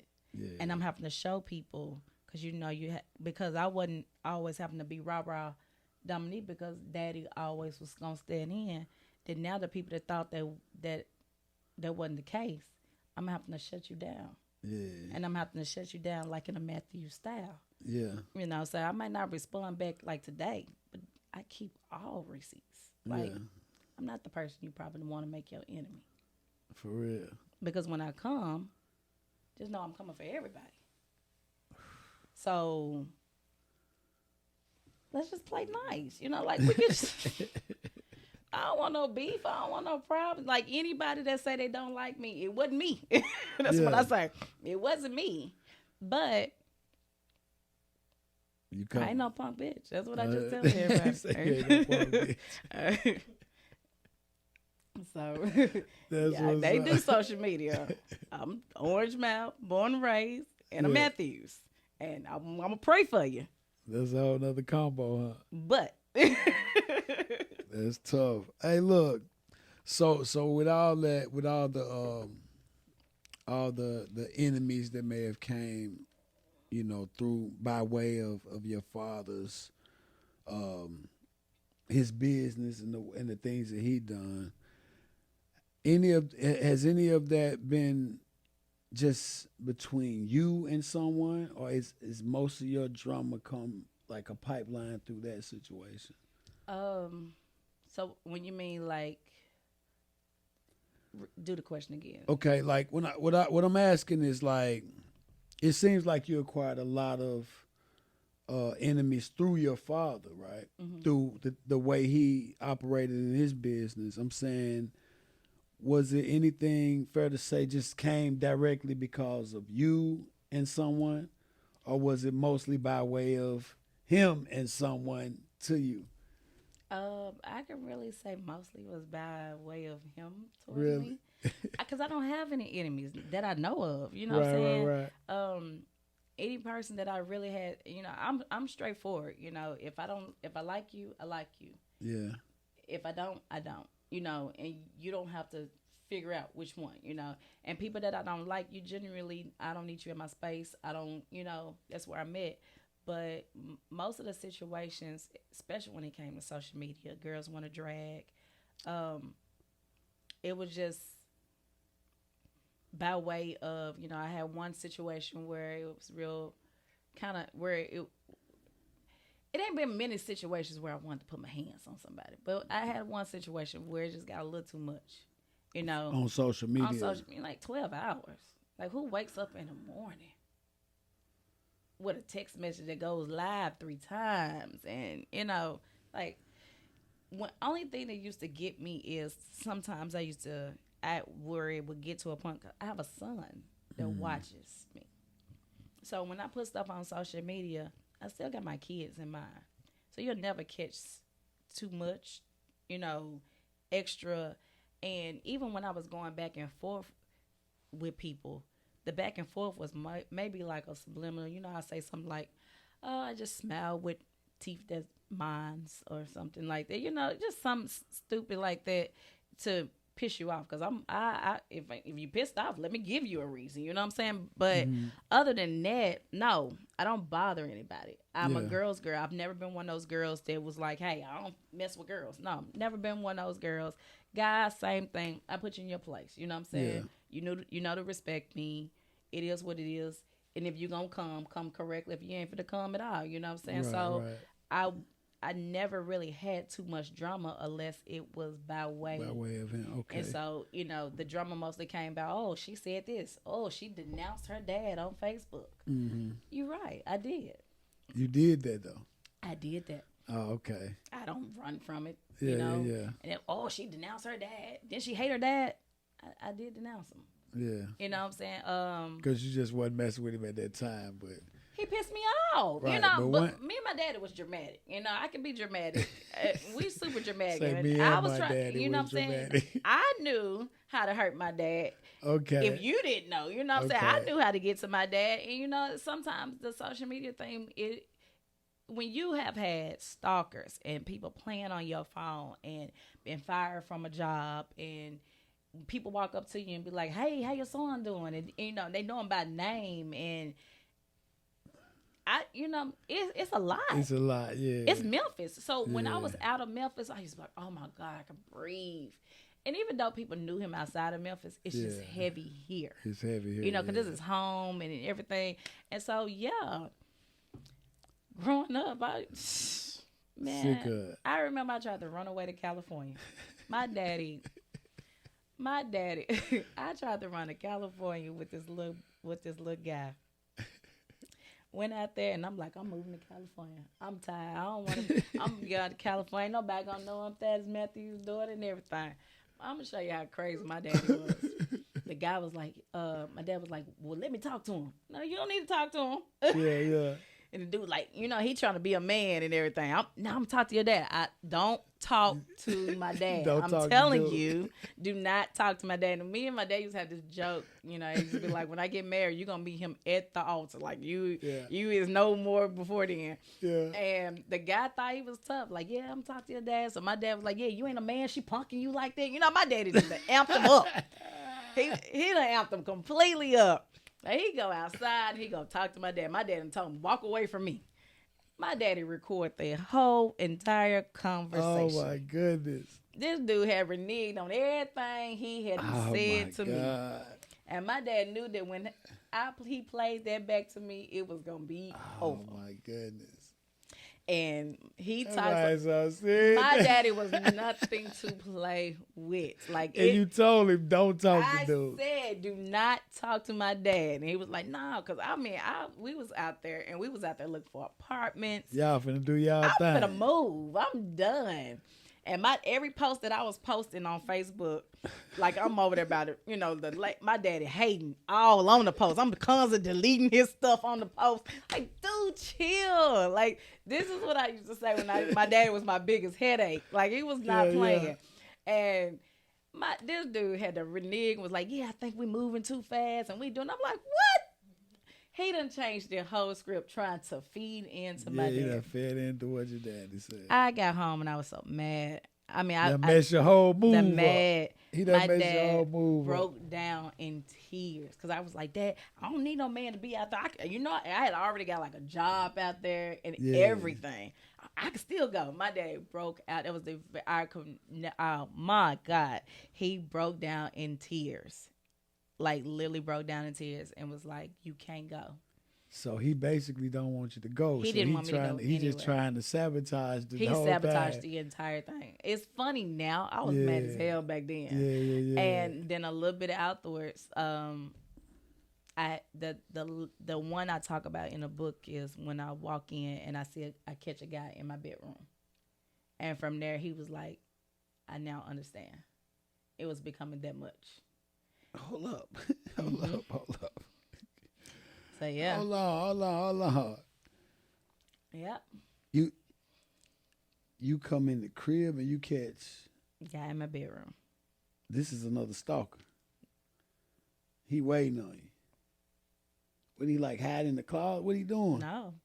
So they gotta catch the book. I don't want to tell so bad, but it's in the book. You gotta get the book. My God. Yeah, I literally talk about it, and I talk about how my dad came and clowned and everything. But yeah. Hold up. Okay. Let's a little piece. Just look. Your dad. You called him in the crib, and you called your dad. No, I didn't call my dad. My dad eventually came when police and everything. Okay. Came.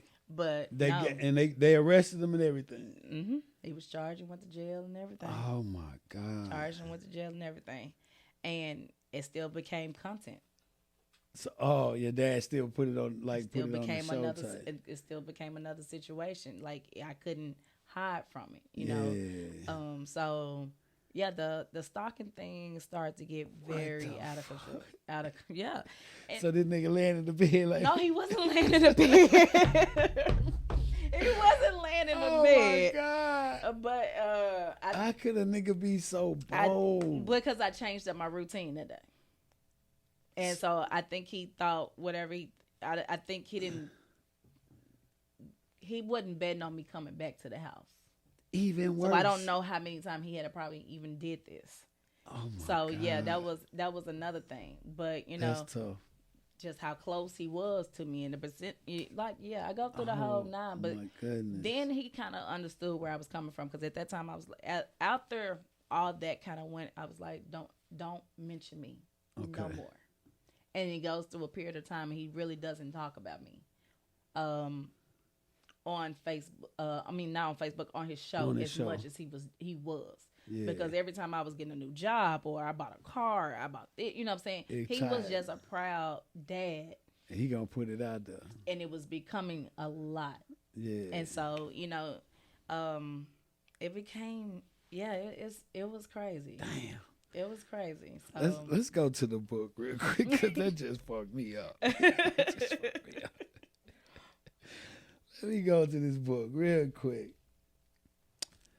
All right, I'm gonna just do this little random thing. I'm gonna see it. I'm gonna run across something, and I'm gonna let you tell me what it's about. All right. Let's see. You just gonna pull it out. Where you at? Okay. In my head, I was the only one he truly trusted.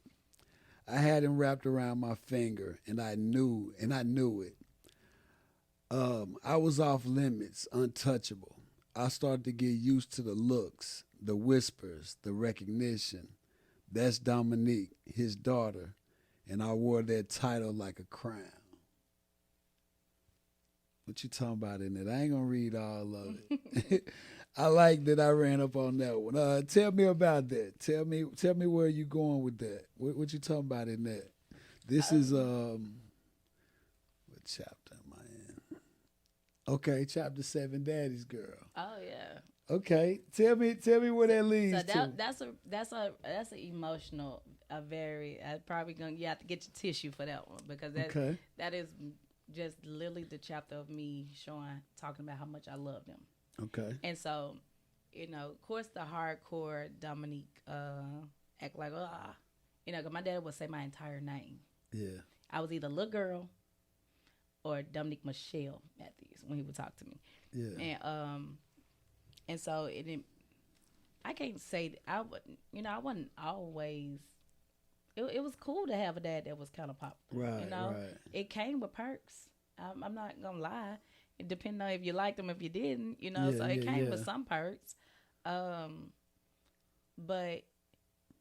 it wasn't always bad. It was actually cool, So you in that paragraph there, you're expressing your love for him. I like, because we had our stuff was unspoken, so my dad had exited out majority of his entire family.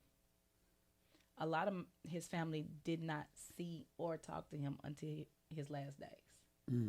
Because I dared not let my dad not get his last I'm sorry's or whatever the case is before he passed. So I called everybody. People that you probably thought. I mean, when his mom had passed, and my dad did a memoir as well. Okay. It was called Bullshit from the Pulpit. Okay. I learned a whole lot about my dad. And in his later years, it became where I just seemed like I was studying him. And I used to be like, it's always like, and it wouldn't be until afterwards. It was like an aha moment. It was like, he was always trying to throw me out there in some type of way, because when I'm gone, somebody got to carry this on. He was always trying to get me into radio, and he was always trying to get me into TV, and he was always trying to get me, because no one knew that him getting on TV was supposed to be a daddy and daughter duo thing. Really? That was initially what that was supposed to be, because people will fall in love with the softer side of him when we would be on the radio together. Okay, when you were younger. Yeah. So when I was doing radio, I could go back and forth with him. Like, my dad enjoyed it, the fact of I could debate with him. Okay. And I could bring facts. And I'd be like, and I talk about the very first time how I ever got on the radio, and I was just up there hanging with him. And I don't know how he was talking about relationships and stuff. And I was like, hold on.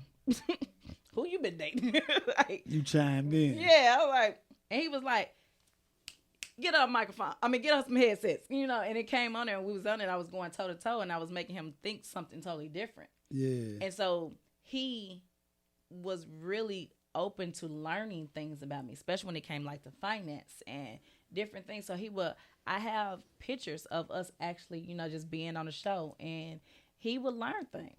Mm-hmm. I actually got into life insurance because of my grandmother. Okay. And my grandma had a policy on herself, and you know how we know if we have a policy on ourselves, we just we got a life insurance policy. Well, we don't know that when we take the benefits out of the policy, that we really pretty much exit out the policy. And so when my grandmother was on hospice for 9 months, so we always knew for 9 months we was anticipating she lasts 9 months. Yeah. And when she did pass, and they go to do the funeral arrangements and the policy, they realized it was null and void. Ooh. And so that's where the situation where his brothers and sisters and everything, my dad buried his mom. Okay. He had to bury her out of his pocket. Out of his pocket. And so I'm like, I kind of got into insurance like that because I'm like, ain't no way that's supposed to no happen. one know that. Nobody knows that. You just think you're paying on a policy. Yeah. And it became my testimony. It became my thing. And it became where I was like, it became like where it was my purpose. I was trying to help people, you know, like, hey, we got to learn about money. Like, I came from broke parents. Mm-hmm. A broke parent can't teach your kid about some money, and I had to, and then in hindsight with that, I had to forgive certain things. Okay. Because you think of as a child, like I said, I went through evictions and I was going through, I was at a different school every year and things of that nature. And so the grown me was like, why mom and them didn't have it together better than what they supposed to. Right. And then you realize as you now become a parent, they didn't know no yeah, better. They couldn't tell me about that, Right. Didn't nobody tell them about it. Because nobody told you about it. You spent, you paid all the bills, and when you paid all the bills, and if you ain't had no money, you did what you were supposed to do. Yeah. And so I became that voice. Yeah. And it became a purpose, and it became it took on a whole life of its own where, I was about money, and I was about business, and I became a business girl. And you helping your family, though. And I was helping my family. Yeah. I literally, before I had found out that I was pregnant with my son, I had bought a 4-bedroom house. I had put my mom in one room, my son was in one room, my nephew was in one room, and look, let me show you how we can make this easy for everybody. You pay this amount, you pay that amount, and this is how we gonna help. And then I had an office where I was paying it, and then I'm helping these people, and instead of, I never forget, my first thing was like, I just want to make $10,000 a month. That was the whole goal, just make $10,000 a month. Good goal. And got to that point where I was making $10,000 a month, and I was doing it through churches. Yeah. People was, allowing me to come to their church, and I would fellowship with you, and then at the end of afterwards, I would sign up your whole church for life insurance. Mm. And what I was doing was trying to put money in other people's pocket, because where I was because I was overriding everything, every policy you did, I made money. So let me bring you in. Mm-hmm. You write that policy, and I'm putting money in your pocket. So they used to say you ain't a boss until you can put money in somebody else's pocket. You know what I'm saying? And that's what I was doing. And so I was trying to feed people. That's where the goal was, Right. And so my dad was loving seeing it, and he would bring your work. Yeah, and I would be, and he would see himself. You see that hustle. And we would have those conversations. And he used to tell me, you got to toughen up on this, and you got to put people in their place. And my daddy shows you sometimes you may have to be a bitch to get things done. Yeah. So you don't have to take no stuff. But as his daughter, I didn't have to be that. I could still be just little girl Dominique. Yeah. But when it came to business, I was a Matthews. You knew what to do. Yeah. And so, yeah, it just, I don't know, it is my love story, because I found out in hindsight that I was a lot like my dad in certain things. Right. And then also in there, I talk about how I hurt people. Mm. In there is apologies to some people. That's real. So, yeah, I learned that, I was like my dad. I wanted what I wanted. Matthews. That's how I describe it. I was being a Matthews.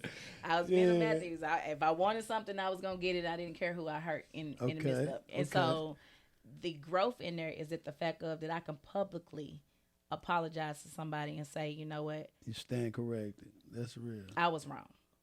And so that's why I said this book is not just about him. Right. It's my secrets as well. So the people that you speak about, did you apologize to them prior to the book, or no, would they see it then? No, I just prayed that they would catch the book Maybe they ain't too mad at me about it, you know. Maybe they'll catch the book, and see that I apologize in there. You know, it wasn't somebody that I could actually talk to directly. Okay. But I do know in what I was doing that I did hurt them, and they didn't deserve it. And, you know what I'm saying? Now coming from in the growth, you know, hopefully they receive it. Hopefully they receive it. You know what I'm saying? You can only hope. You That's know what I'm real. saying? I'm trying to get to them pearly gates like everybody else should. I heard that. I heard that. That's what's up. But it is sincere. You know what I'm saying? Yeah. That was a huge thing. And I was like, you know, should I not? You know? You had to go and do that. But, you know, that is literally how I feel. Yeah. You know what I'm saying? They didn't deserve that. That's real.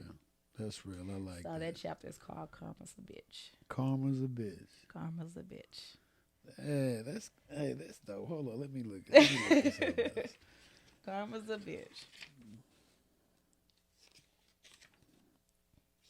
That's what's up. Let's go through these chapters. Okay, we see 12 chapters here.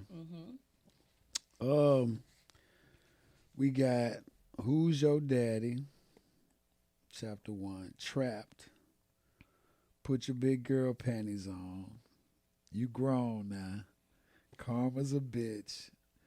Never Saw It Coming. Daddy's Girl. Famous Name, Silent Pain. That sounds like a good one.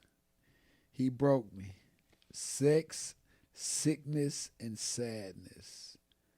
When Love Isn't Enough, You Can't Make This Up. I don't know the one that joint. Which one? Famous Name, Silent Pain just sound like a bad mama jamma. Hold on, let me go to that. Let me go to that chapter real quick. Let me go to that one. 73. All right, I'm going to get into that. Let me see. Let me find something. Famous Name, Silent Pain. That's a hell of a title for the chapter, too, I must say. I don't want to read that. You just spoke on that. Let me see.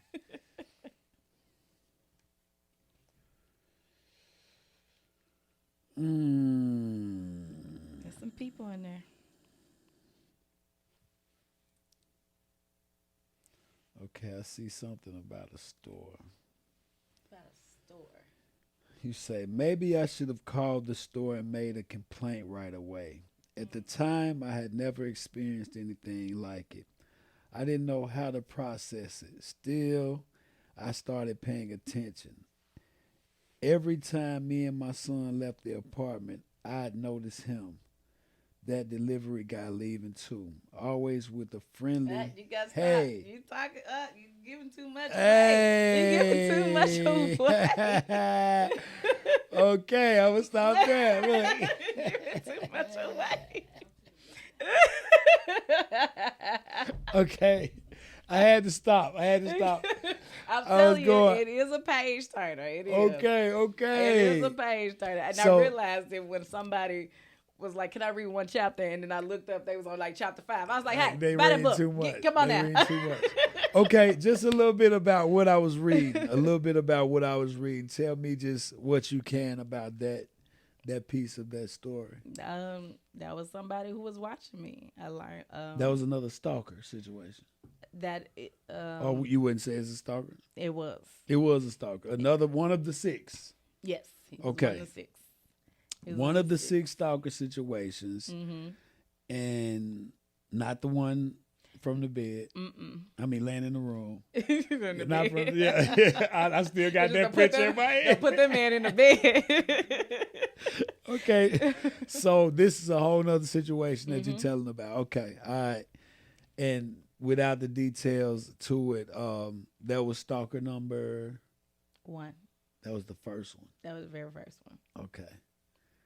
Ooh, that's tough, man. Yeah. That is tough. And yeah, think about something. I've never lived with anyone. I've always been a single mom. Okay. So even at this age, I've never lived with anyone. So it was always me and my son. It was always me and my son. So I was the protector. Yeah. And then I was naive, and I was out on my own at 18 Right. or 17. Yeah. So, it was. So you always seem like a target. You would think you felt like a target. Um, at the time, I wasn't. Hmm. I know that we would always joke about it on the show, and guys would be like, "Oh, I want to talk to your daughter," and my dad would make jokes like, "Yeah, you don't make enough for my daughter. She this and this," and I was like, you put me in this category," Yeah. and I think with him being who he was, it was intimidating, and Okay. so I guess just guys was just I don't know. That's I don't know, but in Memphis, my dad was quote unquote the celebrity. You know what I'm saying? yeah. Still in my head, my dad was not this big guy. Yeah. He was daddy to me. Right. Right. So Right. when people put him on a national platform, I'm not there. You're not there. Yeah, Yeah. I'm not there. And when you say celebrities and fans, and I'm like, what, please? Please. Yeah. I'm regular old Dominique. I get up and go to work like everybody else. Right. And, Right. things of that nature. So, but in some people' eyes, that he was that. Yeah. And I was the closest thing to him, and so, and I was just a girl. Right. I'm feminine.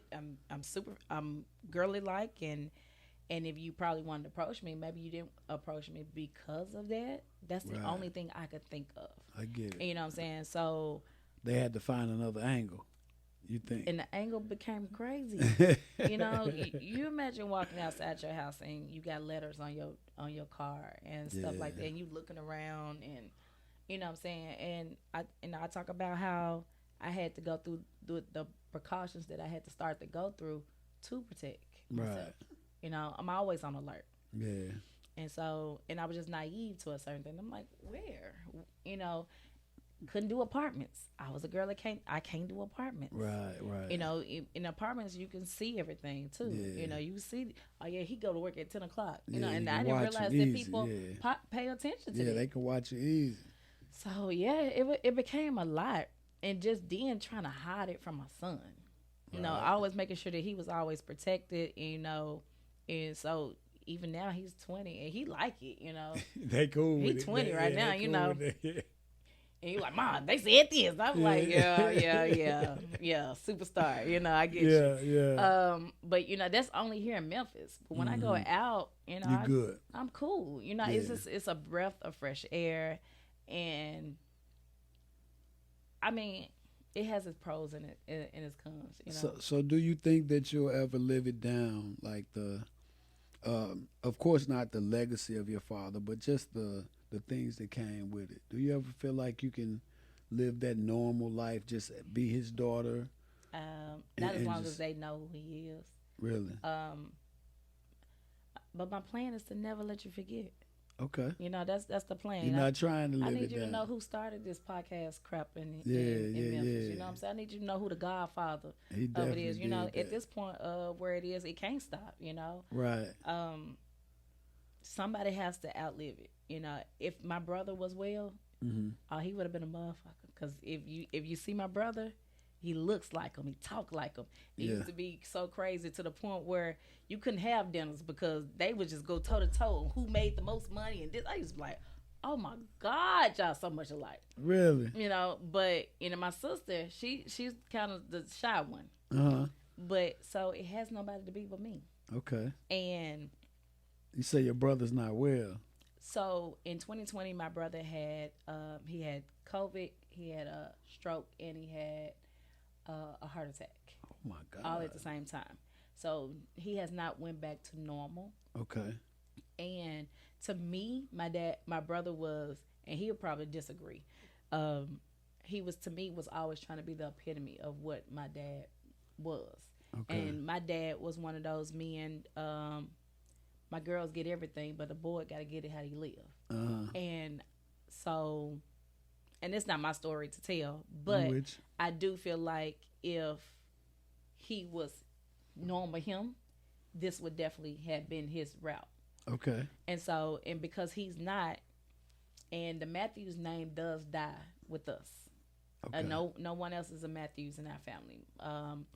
And in my dad's memoir, I had to learn how we became a Matthews because my dad was adopted. Okay. And he was adopted by his auntie, and she was married to a Matthews, and that's how our That's last how name. it came about. And they're all gone. Okay. And so my dad did all this, and I shared a thing last night where he was talking to did an interview with Brinks TV, and he was talking to the guy. He was like, "Man, I did this 49 years ago. I was doing this when you was in your mama's pussy, and that, you know how my dad talk. And that's how he talked. And he was saying, and it goes all the way back, and that was just like epitome. It's like he been doing. My daddy was he says I'm an OG in this thing. It was before it was social media. It was everything, and so I have plans where annually is going to keep it going. I got like a lot of haters or people that looking at me on certain things, so I can't say what I plan to do. Yeah. But yeah, you'll know who did this and who was raw, who walked around these streets, who was untouchable. Yeah. Because a lot of times he was. I used to be scared for him sometimes. Yeah. I used to be like, golly. But he did it, and he never had his hands on anything. You know, when you came for him, it was what it was, and so I'm doing things my way. Okay. I hope people don't think I'm gonna be the next person that's exposing everybody, because I really don't care what you got going on. It's not that important to me. I do want to be a voice for people if I can. If you gave me a platform. And if people watching, why not show that there is still good people out here? Yeah. That's how I look at it, especially when you're in a world that's so crazy and everybody's just dropping like flies. You don't know when your last days. I would rather somebody remember me as a girl that was respectful, who loved people, she protected, and she was loyal. You know what I'm saying? Okay. And still at the end of the day, I want my kids to be proud. You know, at the end of the day, my kids are watching. Yeah. I knew how it felt to be ashamed of certain things that my dad did. Yeah. I knew how it felt to also be fighting for my dad on social media. Yeah. And I know how it feels for this social media thing to get so out of control. Yeah. That you got people who are killing themselves and doing this thing right here. And, you know, and so I say to people who are saying crazy stuff that you know you would never say to a person. Yeah. You never know that last comment could put somebody on their last leg. Yeah. You never know. You know what I'm saying? And when my dad passed, I was in a real hard, dark time. And it was so noisy. And I had to fight my way out of that. Mm-hmm. And if it wasn't for my boys, I can't tell you where I was. Because in my head, can't nobody raise them boys or take care of them boys better than me. So I dare not ever. But I can't tell you that sometimes you want the pain and the noise and everything to go away. And I talk about sometimes where I had to go in my closet and cry. Yeah. You know, I talk about times where it felt like if I was venting to you, you didn't care. Like, you got your own problems going on. Why am I going to talk to you? Yeah. You know, you can't understand. Or you don't want to be the person that every time you talk to them, they got something going on. You know what I'm saying? So a lot of days I put up on a post that's super positive is because I'm trying to bring it out of me. Yeah, you searching. You reaching for it. Because if you've never lost a parent, you don't know the emptiness that you find. And I tell people that it's like a rope that you was always attached to, that you don't realize is gone until it's done. Yeah. And so I have now became a thing where, like, I'm talking to, you know, girls who don't have relationships with their dad. I don't care if you don't have a relationship with your dad. When he passed, you feel it. Yeah. It's a shoulda, coulda, woulda. I remember you remember every time you didn't answer the call, when you was too busy. You remember every last one of it. Yeah. And so I grieve. I'm grieving hard. Like, I'm grieving hard, and I'm grieving out loud, and I'm just trying to bring myself out of it. You know, I have not gotten to that place where people say to be absent from the body is to be with Christ. I haven't got there yet. Right. And the most important thing where I'm at is, like, I'm still in protective mode. You know, I'm still wanting to protect him. I still want to make sure his name you didn't just see that he was just so negative. Yeah. I want you to see that he was about somebody. So that's where the book come about, because I want you to know that my dad even though he was hardcore and he was exposing people, and a lot of times he was exposing stuff that you should know, because now you miss that voice. Because now you miss, it's a lot of stuff that's going on right now. Some listeners that was tuned in. A lot of stuff going on right now. We don't have a clue what's going on right now. Yeah. And he was shaking things up, and people was always on their toes. Yep. He would definitely speak about it. And now Memphis is all over the place. Yeah, you know? ain't nobody doing what he was doing in the city. It's all over the place, and you hear people say, "Man, I miss him. You know, I miss when he was gonna let me know." So that would be my message to you. I know we've talked a lot about the hate and things. My message to you would be tune that out, because you have a journey, of course, as a mother, to continue to carry on for your boys, and you got your oldest son who's, although he's out on his own, you'll forever be mom. But I think that you as an individual, you got something that can take everything for your family to another level. And I think if you tune the hate out and acknowledge the love that people give to your father and the things that you know he was able to do, like to be that voice, I think that if you lean on that, your impact gonna hit in a whole nother way. I definitely feel, and when I was writing this book, and even why it's for to be in people's hands, I just tell God, whatever path you got for me to go. Everybody keeps saying, "What's the next thing?" I don't know. You just gonna I didn't let come it in this play thing out with a whole thing of an agenda. My whole thing was I'm living in my truth. That's where I'm at. And whoever sees my truth, if you receive it the right way, then it will help you. If you don't receive it the right way, oh well, just spell my name right when you talk about me. And that's the route that I'm going. And whatever, my thing is, we all have a purpose. And I think I sent my son a text message today, and I said, every day is another day to wake up and be a badass, and whatever it is that God gift got for you. For one, you God's child, and for two, you my child. And you go out and you represent. And that's how I talk to my son. Because I always tell my son all day, you a superstar. We ain't average. We ain't supposed to be average. We don't get away with stuff like everybody else get away with. Right. Because you have a different anointing on yourself. I speak that into my kid. To me, my kid is the superstar. He's the best football player out there. Yeah. And if you don't draft him, I think your ass is losing your goddamn sense. That's right. Me. Yeah. But I'm his biggest cheerleader. Yeah. And so whatever it is that you want to do, you go out there and you do it. And the same thing with here. When it came to this book, if I'm going to do it, then we got to do it big. Do it to the fullest. And when I called my girl, and I was like, hey, I need you to put me where I need you to get me to. Yeah. Because at the time, I don't trust everybody. Right. And so get me to whatever doors it is, because I'm going to say his name. I need to put his name in doors that he couldn't get himself into, because you couldn't get away from the drama. You couldn't get away from it. Yeah, you know what I'm saying? But the statement is at the end of the day, whatever journey that God has me on, we're going to fulfill it. And when it's done, I can't say that, hey, I should have done it. Yeah, you did everything. I didn't, Yeah. Oh my God. And my thing is also, how do God get the glory for bringing you out of something if you don't tell nobody? You don't tell nobody, yeah. So I'm telling you my truth. I'm telling you what I went through. Yeah, that's And who gets the glory is God. And at the end of the day, them niggas gonna be in them pearly gates. Yeah. And that's the ultimate goal. You gonna do your part. And you gonna be out here saying, hey, them nigga was a bad chick, and that's what she was.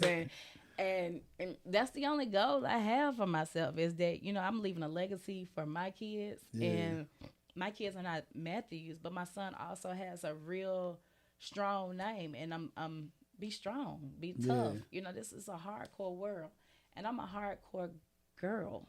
I get it. And you know what I'm saying? So you feel like you are tuning out the noise. Definitely. Because command you, it's been radios, it's been, I was spotlight of an author, and I'm doing things different, you hate to say it, but when it comes to black folks, you weed out the fools when you put it in a book. You said something. So if I did it, you got people that say, put it on audio, not read. Read it. Because you might learn something. Yeah. You might, oh, dang, that's why she denounced her dad. Yeah. Oh, dang, that's why she didn't talk to her dad. You might learn something. Right. So Yeah, that's really the whole ultimate goal is really to make people understand. And I think that you're doing that in the right way, like, cause sometimes the rah they don't hear that anyway. They just see it. I'm a woman. You can't get that. You ain't Yeah, gonna get that same response anyway. You yeah, got. cause And now we you got could, women that's been trying to be the yeah, next female Thaddeus Matthews. yeah. But Heifer. if you mute Um, it, if you mute it and look at the rah, it don't look the same. no, it don't look the same. Yeah. We have people that try and they not see. You can't be a Matthews. It is what it is. I was built for this, and we doing it like we're gonna do it. Yeah. And went, but also it was my daddy had a goal too. He loved this city. Yeah. He loved this city, and everybody was sacrificed for this city. And the fact of that, we have a wall with people who was prominent in everything on this city, and my daddy ain't on there. It's offensive. Yeah. It is. I ain't said nothing. But who says Memphis without Thaddeus Matthews or the cousin pastor? Yeah. That's my thing. That's my I'm deal. with you. Who does podcasts in Memphis without saying a cousin pastor? Mm-hmm. He has made it to national. He did. He was on Comedy Central. He had a lot of celebrities that was fans. Yeah. So on so many levels, put some respect on his name. For sure. That's how I feel. I can dig it. And so, yeah, he came for a lot of you, but did he lie on you? Is the question. Yeah. Cause I know I've heard so many. I mean so many people I don't know, but I've heard so many stories about him, about how he exposed this person, that person, and it was definitely entertaining. And like you said, he made it. My father's in Illinois, and I remember him telling me, he brought up something about, he was like, "What's this about? Who is this bastard down there from down there be cussing?" I'm like, y'all, it's about Thaddeus Matthews. They way out there talking about something he done did on the radio or whatever. So he definitely one of the pioneers of this thing. And once again, like I said, he was Charleston White before Charleston White started doing what he doing. You know, Charleston White had came to the studio and they did a show. He was like, my dad was gonna baptize him or something like that. I didn't know that. Yeah, I did not know that. A little bit before he passed, I remember wild. that show. I was like, I gotta get up there. I didn't get a chance to get up there. I did not know that. That's dope. That's so dope. They did get a chance to meet and That's everything. dope. He came to That's Memphis dope. and sat down with him. So yeah, because he definitely, I didn't think about it till we started our conversation. I'm like, yeah, he really was doing just that. And I never thought about it like that as well. But I do watch a lot of his interviews, and I mean, he do tell it like it is, and it's my normal. So and I'm just big on truth. If I did something wrong to hurt somebody, I'm big enough to say, I apologize. But a lot of times, I come into things with good intentions, know. And I don't think I'm bigger than nobody or better than nobody. My circle is who it is. Yeah. And I don't care about the popularity, or being in the circle. If I'm invited to something, I appreciate it. Yeah. But if I'm not, then you ain't tripping. And I'm not a person that I need to be on your table. It may be people who probably won't want to interview with me because of who my dad was. Yeah. And I can respect it. But I can create my own table, I went through a situation where even through here, I had my dad's platform right in my hands, and it was taken away from me. That's okay. I create my own platform. Damn, that's wild. So and I said, Dominique motherfucking Matthews. Yeah. We're gonna do this thing how we gonna do it, and we're gonna play it out. And if you didn't like my dad, then you have your options to scroll. You have your options to block. And then if you want to tune in, then tune in and just be supportive. Because we all got to go through that road where we may, have to bury our parents. Yeah. And it's crazy that I people who, now that people have been passing away, but I've had so many people say, man, I remember when I was telling you, my heart goes out to you. The loss of your father, and now I lost mine. And the way I'm feeling, and I'm like, go through the feelings. I don't have a way to this. I'm just telling you by experience. I'm with you. I'm 7 months in this thing. Yeah, that's what I was gonna say. It's still fresh. I'm still fresh. I was like, it ain't even been a year. It haven't been a year yet. So what would you say to the individual though, that because of course we all know that is pissed off people, right? And of course, you know, we just got this is a crazy world we live in. So for an individual that's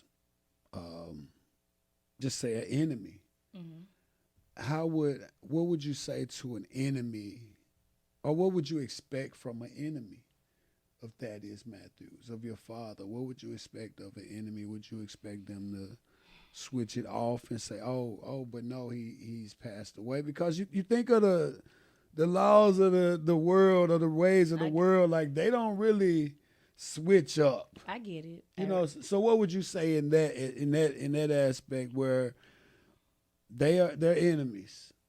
You know what I mean? What I would say is,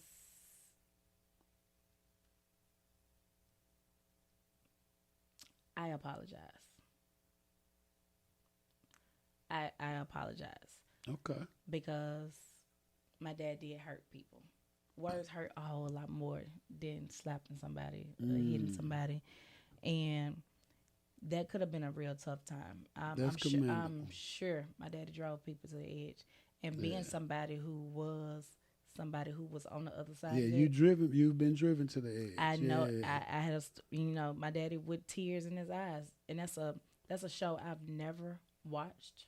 Yeah, I would never watch, but I did catch about 5 minutes of the show that day when he did it, because when he did that show, like I had my support, and they came in with something to drink and this, and we, So what show is this?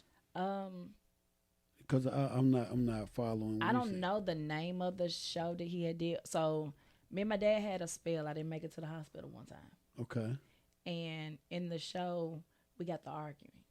He kept wanting to see me, and it was around my birthday. He had a slight heart attack. Okay. And he was only in the hospital for like a day. And when he got out, it was I was so used to him going in and out, and to me, he didn't realize how much of a superhero he was. I mean, like, hey, Daddy went in the hospital. He out. Yeah, he's straight. He was never in there at a long period of time ever. Yeah. And he was gonna give them people hell, and they treated him like they knew when he came in. They laughed and everything, and so he was in the hospital all of a day. Okay. He had like a mini stroke or whatever, and I didn't make it to the hospital, and he was upset. And then it was like another day. He was like, I want to see you. You ain't came by the house.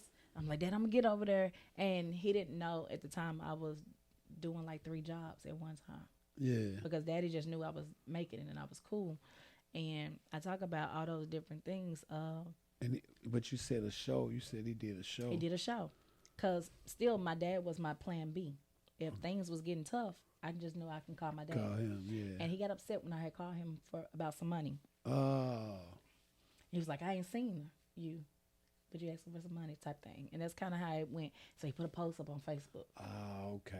And it went from there. And I'm like, hold on. So basically you're saying you've been on that side of it where he's been at your head. Yeah. Live. So you know you can And relate. we went back and forth. And this is your father. Yes. So you think of somebody that's a stranger Correct. that don't love him, don't care about him. So you can understand how angry and upset they could be. Correct.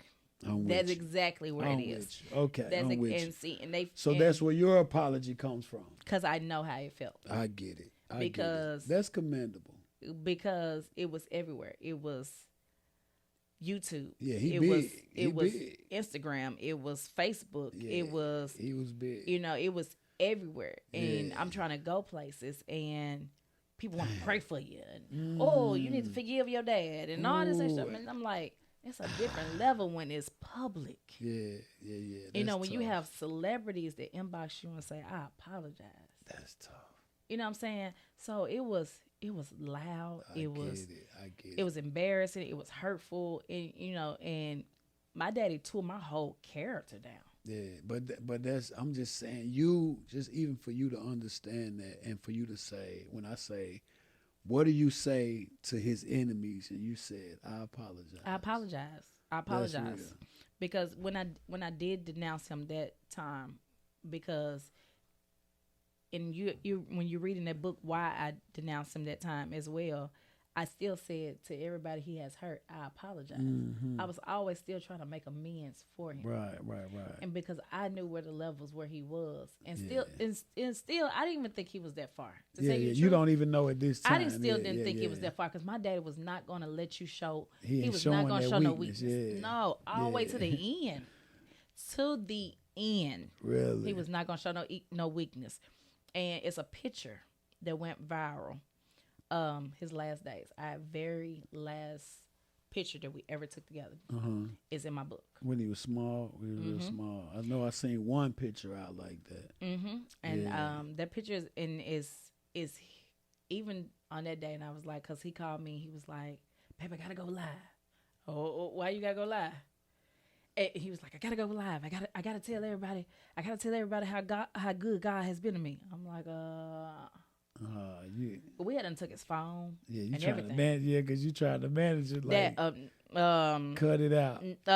And mind you, because he had the nurses to call me, and so I'm like, "Dad, I'll be up there in a little bit." And at that point, you trying to give him whatever he want. Yeah, You know, I talk about those last days because I knew it was his last day, but I still didn't believe it was his last. It's like he was in denial, and I go so vivid in those last days, and he was like, "I want to go live. I want to go live," and I say, "Well, let's just take a picture." What you want me to say? And he was like, I said, "You want me to tell everybody who praying for you, thank you, and who ain't kiss your ass?" Yep, just like that. So that's on the caption. That's how I posted it. Yeah, That's how I posted. And it was so loud. Yeah, And people seen a different him, and they was like, and you see people was like, vulnerable. no. No, I'm saying seeing him in a vulnerable state. I saw him in shapes where you feel like his manhood had went left. Yeah, Like you didn't see the strong person who he was, and I talk about how I felt, how I was trying to hide it. Yeah, Still trying to be strong for him, but the way I would break down in the car, or the way I would break down, and just the way I'm there, and I just go through those whole flows. And it really, the crazy part is I didn't realize it's still stuff is so traumatic on certain levels. I had a friend who recently had just had a car accident, and they took her to the same hospital that he had passed in, and I realized I hadn't been to the hospital since he had passed. And literally, when I got on the parking lot, I started hyperventilating. And I was like, "Friend, I can't make it in." I know that. And she was like, "I didn't even think about it. I didn't even realize it was that bad." So I'm still going. Like that's your grieving process. You're still going through in it, and this is why I'm showing people. I'm so out loud, and I'm showing you. I'm literally is at your hands, and people can do what they want with it. But this is my decision. No one put me up to this, so I'm just showing you that every day when I wake up every morning, I say, "God, when people see me, just let them see you." And that is just true. That's real. And that's the truth. And I'm just living in my truth. Okay. So some people's truth might be pretty. Mine, it ain't. It's not as cute as I do my makeup some days, So let's get into what do you expect the outcome to be with this book, and on the back end, what do you expect on the back end of that? Like, simply just get your story out? I have no expectations. None. No expectations. It's just doing your part. We're going to do it big, and we're going to make my noise. And whatever happens and how it falls, it's going to fall. I have no expectations because I like that. I didn't do it with a goal. I didn't do it with it was no agenda. It was no money goal. It was no how many books you want to sell. Yeah. If it helped one person, let it be. And somebody else decide I want to write a book, then I did my part. I really, and that's the true God. Like, Honest I'm God with truth. you. Somebody asked me that question the other day. Like, did you have a goal or how many books you want to sell? No, I don't have. The fact that it has sold the way it has sold right now. Yeah. God, That's that's it. literally what it is, and it's just every day. I like that. So yeah. So, okay, what's your ultimate goal for just yourself, you as a mother, outside of being an author, just as a mother, as a woman, as an individual? What do you have in store for just you, outside of your father's legacy and everything? What do you have? To be the best Dominique, Yeah, and I want to be the baddest chick that walk around this mug. yeah, I hope that when anybody look at me and say she thinks she all that, you goddamn right, I do. And I pray that you have that same confidence over yourself. yeah. Yes, and That's you know, that. and I hope that what I have in me pours out onto somebody else. I want another woman to wake up and say, "Bitch, I'm the baddest thing walking around here." Yeah, It is a privilege for you to know me. I want people to feel that same way because when you pull out your best self, you only can be the best you. yeah. I'm giving you the best me. Maximize. When I walk out, my hair, my makeup, or whatever I did, it was the best that I could give you for that day. Yeah, And if I couldn't give you the best me that day, if God allows me to wake up another day, it's another day for me to get up and be the badass that I am that day. Because I'm God's child. When people say, "Dominique, you good?" I be like, "I'm a G. I'm a G." No, I'm God's child. That's literally what I mean when I say that. yeah. And I am a woman of God. And I'm not traditional and I'm not like everybody else, but I do believe in a higher power. I do believe there's no way that I can make it through the way I'm making it through unless I give it to him. And my path that I'm walking is the path that he's given me. And I'm not going to act like I'm goody two shoes because I cuss. I have me a drink. Yes, I like whiskey, and it is what it is. Yeah, But God knows my heart, and what I is, I'm genuine with people. I respect people. I care about people, and I Yeah. do give people grace. I'm not asking for nobody to give me grace because I'm not trying to be everybody's cup of tea. okay. If you like me, then like me for the reasons that because I am me, and I'm not fit to give you a persona that I'm somebody else. Okay. I am what you get. And shit, I'm DomoniqueMatthews. I guess that's how you gonna keep it going. That's that on that. So I guess that's what you leave for. If they don't know nothing else, know this. If you don't know nothing else, Dominique is with 2 O's and Matthews is with 2 T's. and that's where I go with it. And if you say she got on too much makeup, then was the makeup cute? And was her hair cute? And when you get through, nobody is talking about me that's doing better than me. I heard that. So check that out.